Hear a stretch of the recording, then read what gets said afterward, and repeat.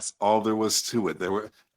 I did have a couple more auditions that I needed to do, but I just Uh-huh. showed up and decided I was gonna do it. And was your voice as deep as it is now? It was not. In fact, that's 23 years ago. Uh-huh. So my voice has progressively gotten deeper as I've gotten older. I could still make it deeper. Right. So even now, this is my regular speaking voice. This is my Mufasa voice. There's a bit difference Ooh. between the Ooh, two, there you yeah. go. There you go. Right. Because, well, first of all, actually, this is how I should have made an entrance for you. Nansi ingwenyama bakithi baba, ingwenyama ingwena mabala. I'm Zulu by heritage, so that's how I should have welcomed the king on stage. I love it. And the background, he says sizongoba thina. So Zulu language has got the clicks, the cue, Miriam Makeba, if you were familiar with the late legendary Miriam Makeba, she sang the click song, which was a global phenomenon as well. Ah. Yes, so that's how I should have welcomed the Well, you know king. what? I could never get the clicks. I always tried, and we had people try. Yeah, they're either Zulu or Xhosa. So Zulu or Xhosa are literally sister languages. It's like a dialect of the other. And so the Q is my dad's name was Tamsanga, so the third syllable was NQA. And that just makes my heart feel good every time I hear it. Oh my goodness. And then the X is the K. In Zulu, a frog is ikoko. You know how people sign off XOXO? That's literally the name of a frog in my language. Really? Yes, XOXO. And then the last click is the C sound, which is if I say, John, may I ask? To ask is to Ella, CELA, Ella. That's the three clicks. That's it. I didn't know there was more than one click. There's three. That is amazing. And then, so when you auditioned and you got the part, obviously you're from Canada, but where were you then assigned to go and do the play and be Mufasa, King Mufasa? It was in Toronto.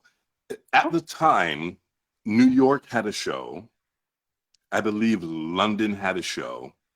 And I'm not even sure if LA had a show yet. This was back when they weren't traveling. It wasn't a traveling show at the time. So this was the original Canadian cast. Mm. What was interesting about it all, I told you I just showed up and I auditioned. When I got there, because the ad said, we want you to do, I can't remember how many bars of a cappella, no music. I thought, okay, I'll show up with no music. And when I signed up, they said, you have 3 hours. Do you have your music with you? Uh-oh. Okay. But I had 3 hours. So I went to the music store and I bought a copy of I Just Called to Say I Love You because that was my karaoke song. Right. I figured that is what I'm going to sing for the audition. So I had no plans. I bought my music the day of. When I sang, they gave me a script for Mufasa. Yes. And I was shocked. One, I like Scar. I always wanted That's to be the role you wanted to be the bad guy, right? That's exciting, I'm sure, if you're an actor to play the bad guy. There's so much nuances to Scar. And he's such a wonderful character. I saw myself more as Scar.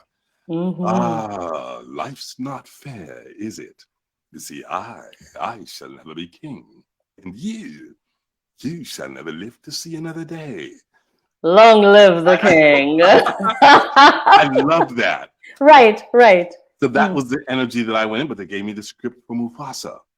And I thought, okay. Also, if you saw me at the time, I looked young for my age. I was 30 then, I'm 53 now. You do I, look younger than 53. Yes. I still look like I was in my 20s and not necessarily someone who would be a father.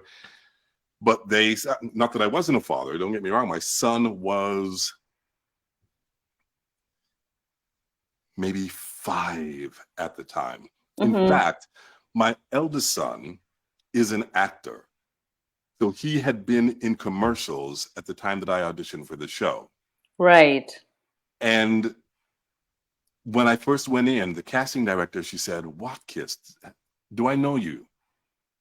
And I said, "No." She said, "Have you auditioned for Rent?" I said, "No." She said, "But I know your name." She said, "Wait a second. Joshua, do you know Joshua Watkis?" He came from me. I said, "Yes, he's my son." She's like, "Oh, I hire Joshua for commercials all the time. Is he trying out?" Again, no, but I'd like to. It was one of those scenarios where he had already been there. They recognized my name, but when they gave me that script, it was, okay, this is real. And at the time, as I mentioned, I had just released a book. It was called Don't Bite the Hand That Feeds You. And it was based on customer service because that is what my background was. And when I finally got the role, I was told by them that I couldn't take days off to do any speaking because you had to rehearse during the week and you did 8 shows a week. So even when the show was on, there was still rehearsals, which meant that I had to put my speaking career on hold for a year. It was worth it, wasn't it? I mean, let's be honest. The Lion King, something about the Lion King makes us not get enough. What do you think that is? There's the connection to ourselves, is what it comes down to. We all see in ourselves Simba. And Simba, that character who is meant to be a king, but he's living the life of a pauper. It's when Mufasa says to him, "Remember who you are." That is a line for all of us. That so many times in the midst of what we're doing and the activities we're trying to accomplish and the status we're trying to achieve, we forget who we are on the inside. We forget that we are royalty and we're not acting like it. And so I believe we're all connected to that theme, that we have to live up to our potential and be who we were intended to be. That is so true. And a lot of the time we do drop the ball, don't we? In remembering. We listen, we do our best. Sometimes we get it right, but then the next question becomes, who's going to be our Pumbaa and Timon to take us back to our royal heritage and to remind us that, hey, wait a minute, you don't belong here. Yes, absolutely. And so there are all these themes that are running through it that we connect to. Of course, the music is wonderful. The visuals are wonderful. And there's also the underlying story that we can all relate to. Who doesn't need to let something go from their past? Who hasn't failed, made a mistake, had poor judgment, and years later, decades later, a lifetime later, is still letting it hold them down? All these lessons are there. And so, yes, it helps to be surrounded by people who remind us of who we truly are. And so when you got the part, like you said, so you had to now have the voice of King Mufasa. And that's why you now do the voice coaching, which we'll touch on later. But then how did you train yourself to, you are John in regular life and you sound like how you sound, but then when you're on stage, Simba, remember who you are. I spent a lot of time growing up imitating voices. Wrestlers, I followed wrestlers all the way up. So, well, you know what I mean, brother? The Hulkster, I would imitate the Hulkster. I would imitate, oh yeah, Macho Man Randy Savage. Stone Cold Steve Austin and all that gang. So I did all of these. And right. that way, when it came to Mufasa, I could do Where you from? It doesn't matter. My buddy Timon here says in times like these, you gotta put your behind in your past. So Mufasa was just taking me to where I was comfortable, which is imitating a voice. I had that James Earl Jones voice in my head, and it's one of my favorite voices.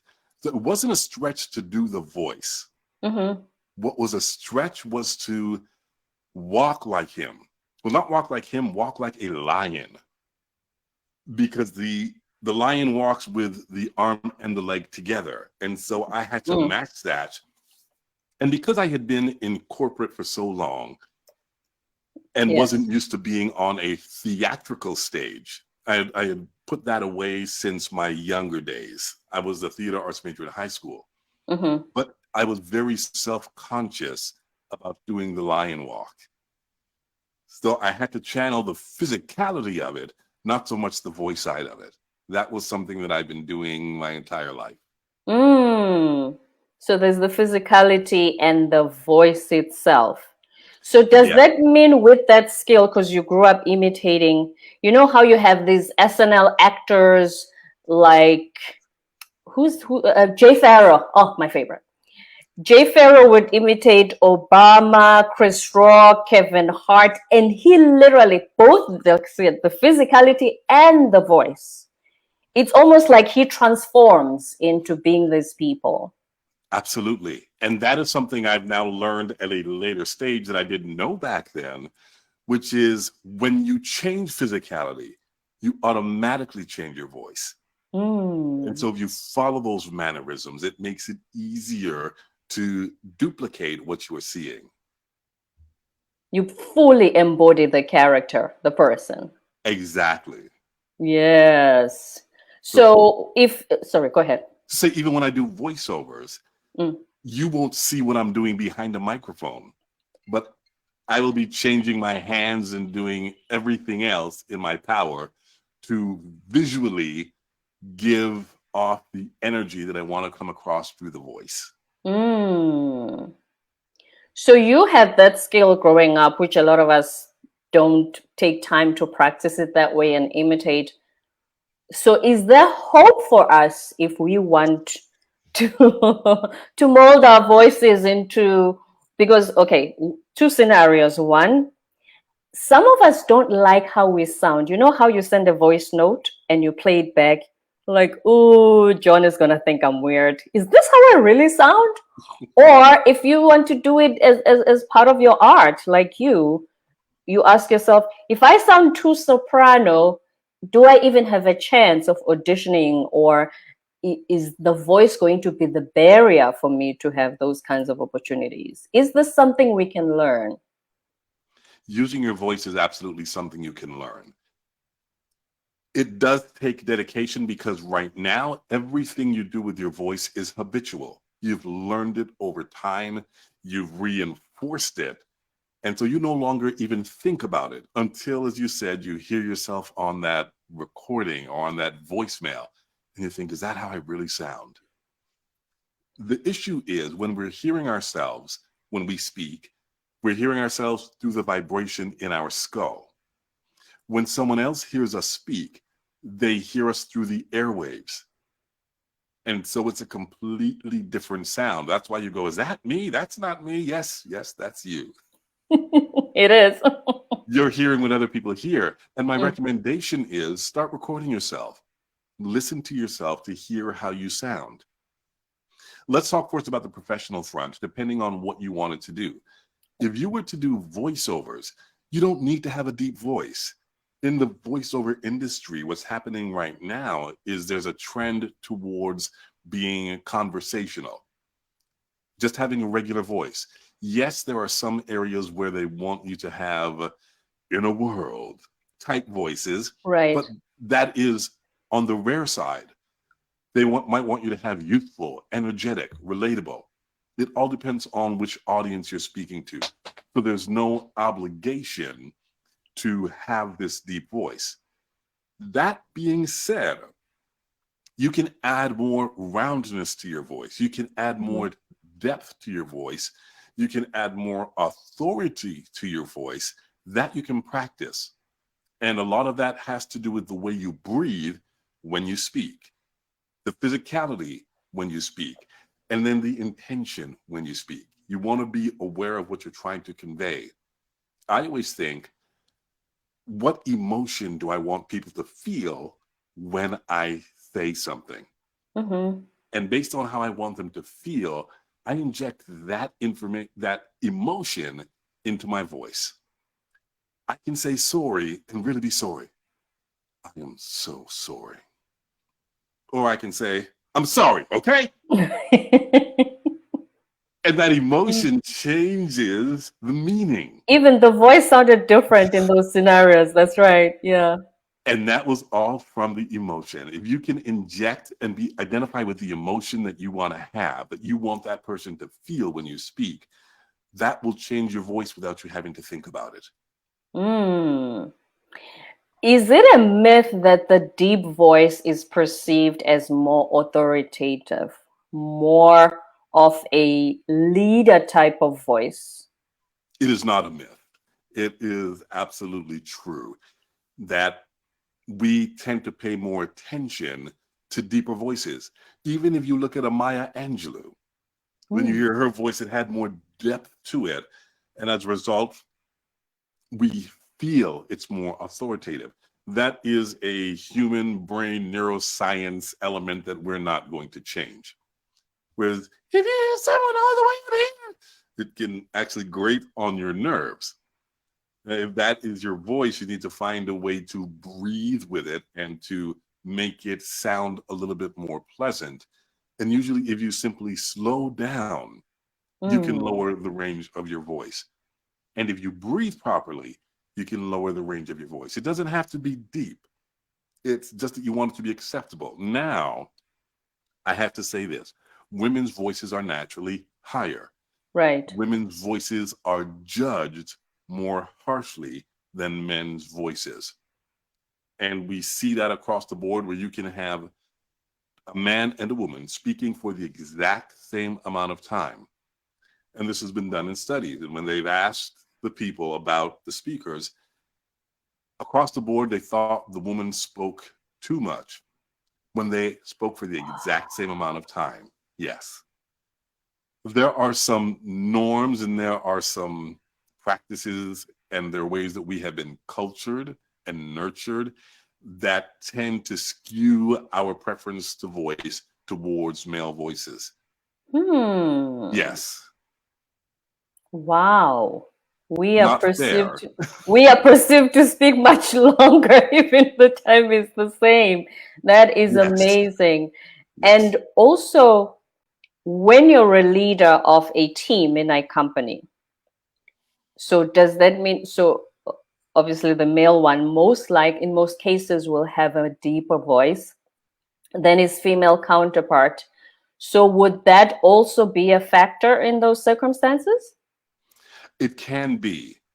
And we go back to it's simply the way that we've been nurtured and cultured, that we will pay more attention more often than not. Now, that doesn't mean a woman can't lower her voice and Mm. create more presence by using the right words at the right time in the right way. Mm-hmm. The hill is steeper. There is a privilege for men in that case. Studies will show you that there are, I believe it's 6% of the population is over 6'3", yet 25% of executives within organizations. And I don't know that I have the statistic completely right. Someone can correct me in the comments, Right. but you have fewer men or people in general over 6'3", yet the majority or a high number of CEOs is disproportionate that they are taller. So we do attribute leadership qualities to height, to sound, even though there's no real correlation to it. There shouldn't be, anyway. Maybe I should shut this podcast down because we always tell people it's the communication and the soft skills that will give you those opportunities. That's very interesting. Even the height as well. Even the height. And this Wow. is where it is so important to overcome those limitations or those roadblocks through the ability to tailor your message in a way that makes people want to listen. Let's talk about that. First of all, earlier you mentioned executive presence. There's an interesting analogy from one of your previous YouTube videos where you compared Darth Vader and Pigpen. Would you please to walk us through that one? Yes, we all have some sort of presence. In other words, when we enter a room, we bring a feeling with us. And when we leave the room, people can sense that feeling leaving. Now, Pigpen was a character in a cartoon called Charlie Brown. He was dirty. He always had a cloud of smoke around him. Whenever he walked into a room, people would start coughing. It was automatic. And when he left the room, people had a breath of fresh air. We have people who are very much like that, who they walk into the room and you feel the negativity when they walk in. And when they leave, everyone goes, ah. That took long. Yeah. Yes. And then you have the Darth Vader type. They don't even have to be in the room. You just know they're coming. This is a coworker, a boss, a family member. It's someone who you just know they're on the way and you go, oh no. Because you can't stand to be around them and maybe you're even fearful of them being that way. Well, that's another way, a type of presence that we have. Not to make myself a hero, I did have an experience this past weekend. There's a conference that I've been attending that I had attended in Florida for 2 years in a row. It was a woman's conference. Last year, besides the videographer and the person doing the audio visual, I was the only man in the room. And I spoke as well. This year, I got messages. We miss you. Where are you? Everybody's talking about you. My presence was still in that room. Wow. We all have presence. It's just whether that presence is anticipated and enjoyed or whether it is resisted and feared. We want to have the type of presence where when we're in the room, people say, it was nice that they were here. Oh, they added so much to it. Oh, we miss them now that they're gone. That's what we really want to happen, is that our presence is missed. And that doesn't come with height. It doesn't come with a vocal quality. It comes from the way you treat people. How do people feel about being around you? Do they feel respected? Do they feel valued? Do they feel heard? That is when people want to spend time with us, regardless of our physical attributes. And in that, you mentioned it's what you say, when you say it, how you say it, all those factors. Would you like to explain that more for us, please?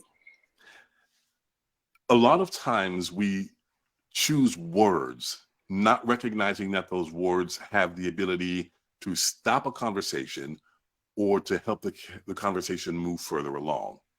One example of that, you've told me something that is of concern to you, and I say, I understand your point, but.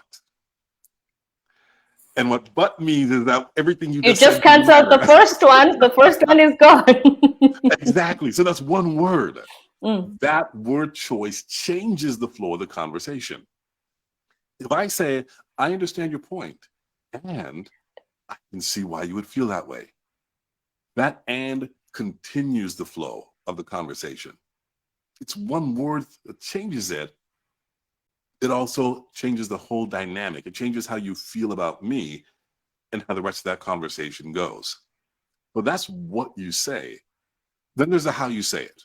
We go back to that sorry. I can say it in such a way that you know I really mean it, and I can say it in a way that comes across as I'm frustrated, and I am saying the right words, but my actions, my physicality are inconsistent with the words. And when there's inconsistencies, people will always believe what they see versus the words you say. And sometimes it's the way you say it.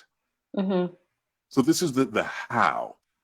Are you saying the right words? Are you saying them in the right way? And just as important, are you listening to what they're saying? Or are you answering their questions. Stephen Covey, the late Stephen Covey said this best. He Seven said, most habits. people, yeah, 7 Habits. He said, most people listen in order to respond when they should be listening to understand. I'll listen to you to see if I can answer your question. Very rarely will I listen to you to see if I understood what your question was.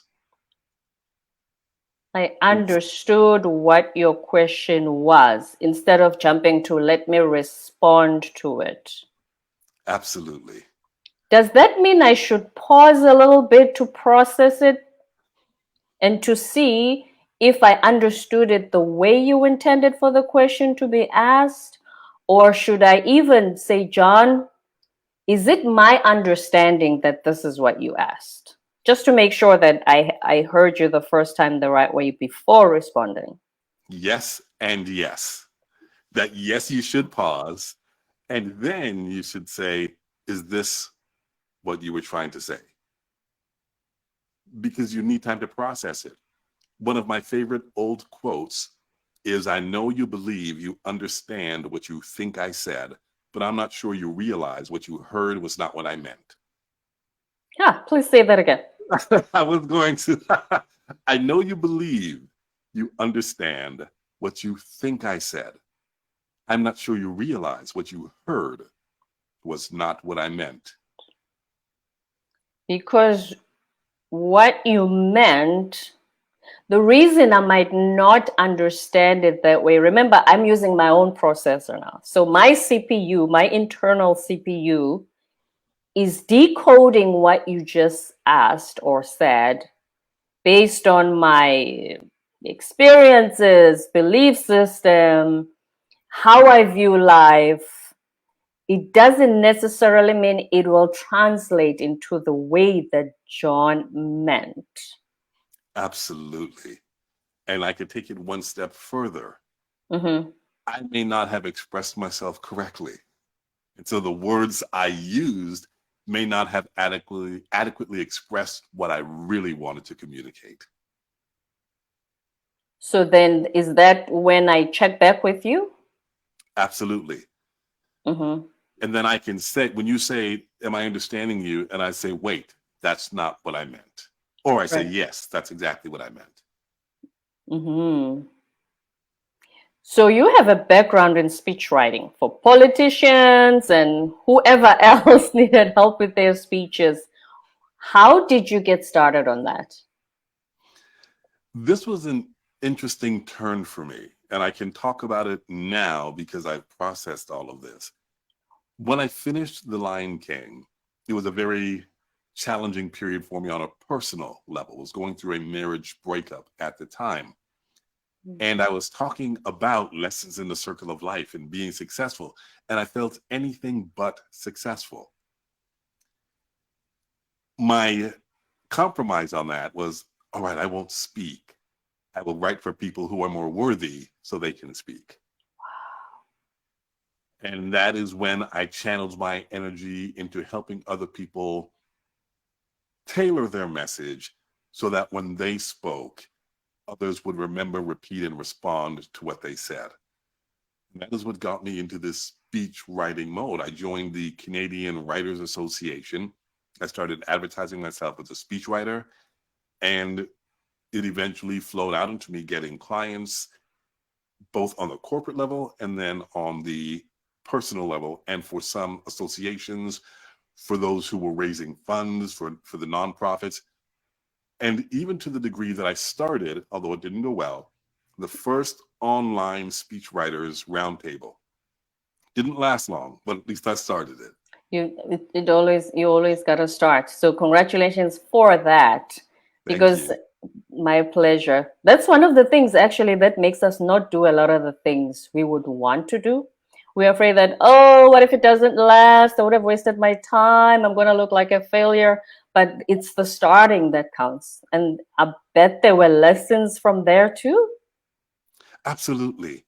I'm always taking lessons, and we get our best lessons when the word is fail. Let's call it that.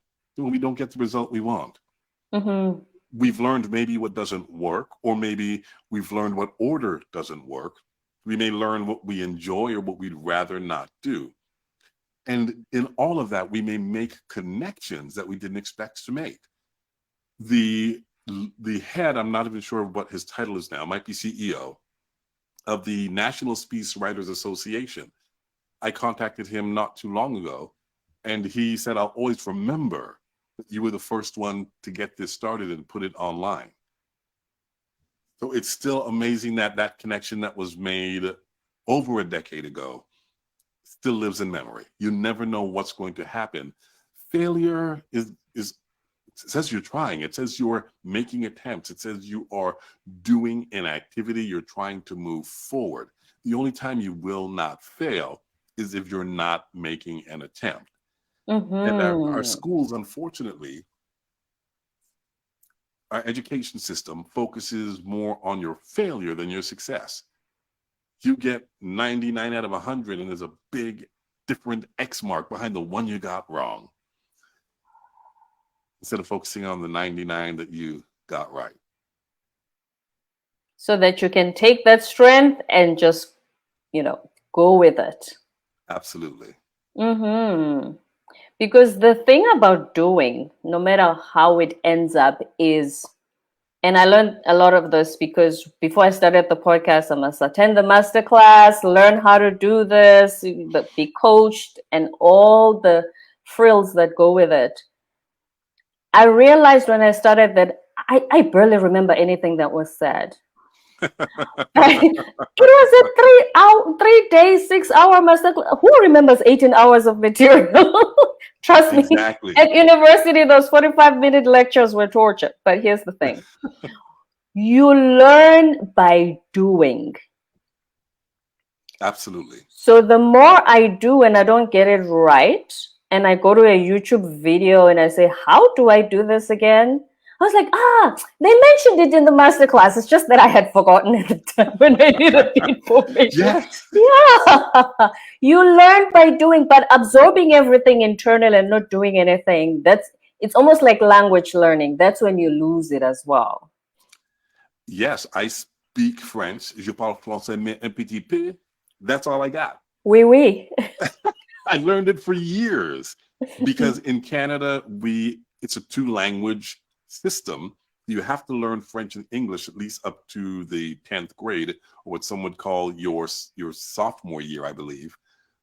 So I learned French. I was in French class daily. And now, as you mentioned, with the language, because I don't use it frequently, I don't speak it. I have a few phrases. It's the application. It's the continued application of anything that we do that helps us to become successful. And along the way, you will fail. One of my favorite sayings is anything worth doing is worth doing poorly. Oh. People always tell you anything worth doing is worth doing well. The first time you do something, you won't do it well. Have you listened to my first few recordings of the podcast? Even I don't want to listen to them. I don't know how anybody downloaded that one, my voice again. That was my first time listening. Like, who's going to listen to this? And then secondly, it wasn't as because it came with experience. It wasn't as organized. I didn't know how to, have this coherent beginning to finish part of the episode, which is funny because I know how to do that with an actual speech. I've had the training, the Toastmasters, you start with the introduction and all that. So, but I had to do it poorly to get here. Exactly. And now you can look back on it and you can see the growth. Yep. If there's no growth in what has been happening, you've grown, you've learned, you've gotten better. And so that was your training ground, rather than waiting like the perfectionist that I am so often and thinking about doing it, as opposed to finding yourself in the arena and doing it. What is the fear? Why do we wait to be perfect before we start doing something? For everyone, it's different.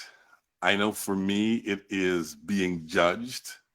Mm-hmm. And there's so much inner self-talk about worthiness, whether we are worthy, whether we are valuable, whether we belong. And we don't want to do it if anyone can criticize it, because the criticism, to a large degree, even though we may say, I'm not bothered by criticism, if we're not doing an activity because we don't want to be criticized, then we are bothered by the criticism. There's that saying, sticks and stones may break my bones and names will never hurt me. Yeah. In reality, consciously, that's true. Subconsciously, it's very different. And what we're learning through neuroscience now is that what we do and what we say on the surface is mostly controlled by what's happening underneath. It's like that iceberg, where the tip of the iceberg is our conscious and the base of the iceberg is our subconscious, controlling everything that comes out of our mouth. So while we are responding to the criticisms, some of that response might be, I'm not going to do it at all. And we may not even see or understand why, but early in our life, we didn't like criticism. We were traumatized by criticism. And so we have developed a pattern, much like with our voice, a habit of responding. And for many of us, it's not to do it at all. You've mentioned the word worthiness 2 times. Yes. The first time was the breakdown of your marriage. Sorry about that. And that's why you went to speech writing instead of speaking yourself. Is it something that we sometimes is sometimes like our crutch from not doing what we are supposed to be? I think a lot of the time, and you can correct me with this, a lot of the time it becomes the thing that becomes the barrier for us to do what we're supposed to, because we feel, oh, I'm not the person for it. Oh, I'm not worthy. Oh, you know what? There's better people out there. Yes. In fact, I believe it was last week, I did a short video, talking about how persuasive we are and that we underestimate our persuasiveness. But if we were to take a look at how many times we've persuaded ourselves not to do something because if the idea was that's a lot more. if the idea was good, somebody else would have done it. Someone else is more qualified for the job. So we're always sending these messages to ourselves. Exactly what you just said. We are talking ourselves out of doing what we want to do. We convince ourselves we're not worthy, we're not able, we're not capable, somebody's better than us. And so we watch as other people do it and we feel frustration, anger, whatever the feeling may be, when we know that could have been us if we had walked through the fear. You know what's worse about that? So go ahead. Oh, go ahead. You know what's worse about that? One, sometimes, and I've learned this in the online space, sometimes the people who have the courage to do it, it's not like they even do it better than you.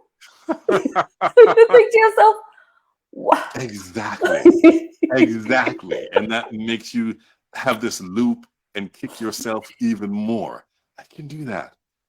I'll tell you the irony in the video that I posted last week is I had to talk myself into posting it. I recorded it twice, and the second time I thought, this is not good enough. I'm going to record it again. And then I had a conversation with myself. You don't need to be perfect. Put it out there. And it's been one of the most well-received and most responded to videos where people said, I needed to hear that. And here I was still talking myself out of putting it. Persuasion. Persuading yourself, John. Persuading yourself out of not posting, and look what happened. Right. I had to follow my own advice. Right. I have a friend who's also a public speaking coach. His name is Brandon. He's from Canada, actually. And he has this exercise where he says, especially with regards to worthiness, a lot of the time, you know, we have these speakers we put on a pedestal, your Simon Sinek, your Tony Robbins, whoever you admire, right? And he says, watch them, write down things you like and why you admire them so much. And he says, actively look for mistakes. Why do you think he has that suggestion? It's to let you know that even the people you admire makes mistakes. There you go, John. Yes. The pedestal, when we put people on a pedestal, and we're not knocking down their art. I don't want anyone to misunderstand and think, oh, we're not underestimating how good they are in their art, in what they do, in their profession, their thought leadership, etc. But because we admire them so much, sometimes we only focus on the strength and the excellence, and we compare that to our part of us not feeling worthy, and we think, I could never do it.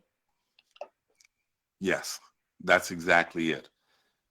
And because of the view, as you said, that we put them in, we don't see all those errors, but we'll see them in ourselves. Oh yeah, the persuasion voice is always there. It never sleeps. Right, right. It never sleeps. And then so what else did I want to ask you about? So when you are on stage, what makes you think you connect with the audience? What are some of the things that you feel like, when I do this or when I present myself this way, this is what connects with people more? For me, it's a feeling. And this is one of those elements that I admittedly cannot explain. I just know when I get in a room, people are connected to me and I'm connected to them, and I feel as if I'm playing an instrument. Because I can tell when the mood is going to shift. I know when I'm going to make them laugh. I can feel when I'm going to take them into being contemplative. I feel it. And that's not something I can teach. It is, though, because I love what I'm doing. I'm deeply connected to what I'm doing. And it is more about getting that message and that feeling and that, not transformation, but light to the people who are in the room. And I know when the light goes on, I see it and I feel it, and the energy shifts. It's not even a set of techniques, it's an intention to bring what I've learned over the decades and share it in such a way that I'm open and that they can receive. I'm an introvert by nature. That's the other part of this, that for most people it's super No, hard not to you, accept. John. Come on. I am an introvert. I will, at a networking event, if you allow me, I'll stay in the corner, I'll eat food, and I won't talk to anyone. So I would prefer to spend time in my own head, reading, listening to a podcast. That's where I get my energy from. I like people. When I am done being around people, I am exhausted. So when I'm out speaking, I am giving, I am emptying myself, and then I need to go back and refill. But what Recharge. happens, yes, what happens in the room is me emptying myself, me giving what I have, and I feel that connection. I have no other explanation for it than I'm just giving who I am in the moment. And the energy, it works. The energy connects, and I feel people. I don't want to say I'm an empath. That might sound a little woo-woo, but I do have empathic qualities. I can feel what people feel. Right. Does that have to do with being present? You know how we talk about be present, be fully there, not just physically. It does. I have, I don't want to say been blessed because it's felt like a curse, but I have hearing loss. I'm wearing hearing aids right now. For the past 2 years, I've been wearing hearing aids. Most of my life, I have been reading lips when people speak to me. I can Really? hear them. Yes, I can hear them, but not completely. And so in order to get the full message, I had to watch their lips to get it. As a result, I am very present when people speak to me. And so that comes in line with the public speaking. When I'm in a big room, I still am very intent on being present with everyone in the room, because there have been times when I'm not present and people ask me for something and I bring them something else and they look at me, what is this? Because You I heard hadn't them heard wrong. them, yeah. Yes.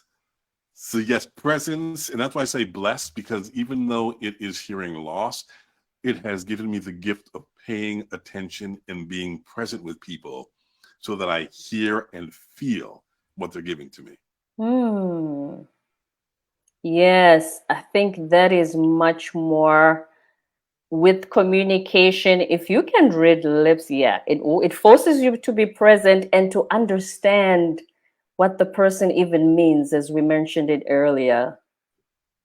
Yes, because I'm not Yes. just taking words, I'm watching how did they look when they said it? Was it with a clenched jaw? What was in their eyes?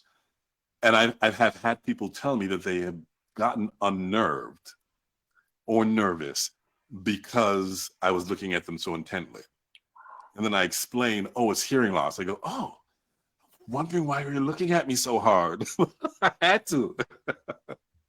Is that an indictment on us as a society that we don't pay that much attention when people are speaking? It is. Hmm. It is. It tells you that we don't look at one another and become fully present. And with the cell phone and the iPad and the video, all of these other distractions, the email, the text coming at us at once, we're fighting all of that information here while you were right in our purview. And Hmm. that's why it is an indictment, because we have so much information that we have to filter. It's very challenging. And even if there's no information coming at us, we're thinking about what we have to do when we get home or what happened last night. Makes it very challenging to stay present with what's happening in the moment. Back to being present. King Mufasa, John Watkis from The Lion King. Any last words of wisdom on how one thing you said communication can change the world? Yes. And just like you, I don't believe that's an exaggeration, but can you just talk more on that before you give us your closing remarks? Our words are so powerful. My oldest son is now 30. I have a granddaughter. Wow, you don't look When like a he grandpa. was, I keep hearing that.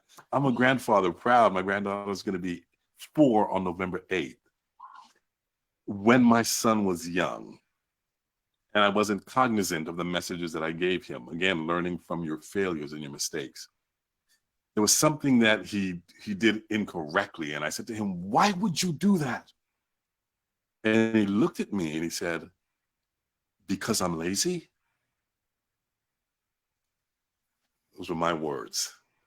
Oh. He, that was the only answer he had. Those were the tapes he was playing. That was the message he was receiving. If we start early, giving the right words, and I love to hear my son and his wife talk to my granddaughter, because if something happens, she spills something, they'll say Mm-hmm. that was a mistake, and mistakes, and she finishes, mistakes happen. Now there's a different conversation happening in her head. So when she gets older and she makes a mistake, she's not going to say, oh, you're so stupid. How could you do that? Which is Those are the sometimes what we say to conversations. ourselves. Yes, yes. But that's not the tape they're teaching her to play. Now the tape is mistakes happen. If we change the way we speak to ourselves, if we're more compassionate with ourselves, we become more compassionate with others. Mm-hmm. And it all starts with how we say and what we say.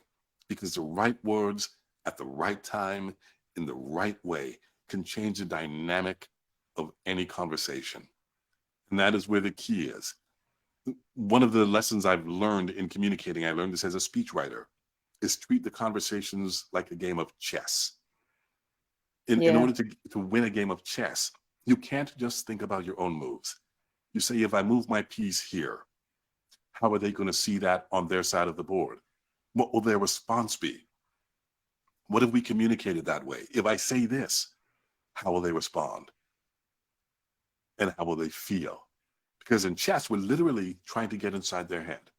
In our Mm. communication, we should be doing the exact same thing, seeing it from their perspective. Because if I can have a conversation from your perspective, your defenses are down, and we're now able to have a conversation openly and honestly, rather than just defending our points. I'll start with saying the right words, but even that goes back to having the intention of having a conversation that will go in the right direction. The right words at the right time in the right way. Communication can change the world. King Mufasa, thank you for gracing us with your presence on our show. Thank you. And if I may leave you with the words of Dr. Miles Monroe.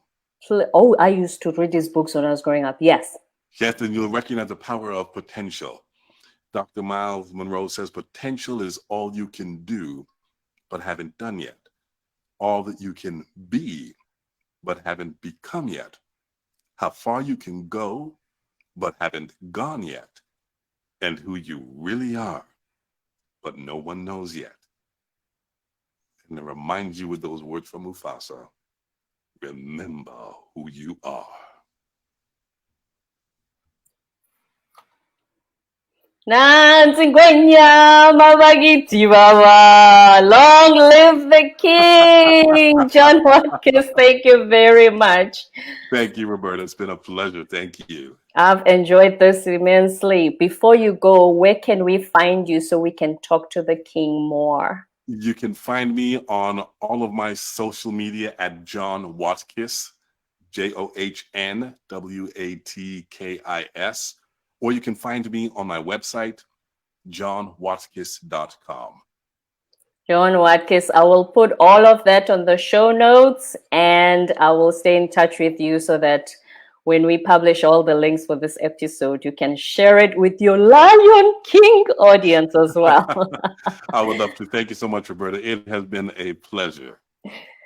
My absolute pleasure. Thank you for being here today. Don't forget to subscribe, leave a rating and a review on Apple and Spotify, and stay tuned for more episodes to come. Thank you, John. Let me let you go. Thank you for logging in here. This is the first time I do a live stream from Be Connected. It was good practice. Thank you so much for doing that for me. I appreciate it. That was so much fun. I enjoyed it. Yes, and I'll stay in touch with you on all your socials. I'll send you the listing links. Thank you, Roberta. Appreciate you. Thank you so much. Bye. Bye-bye.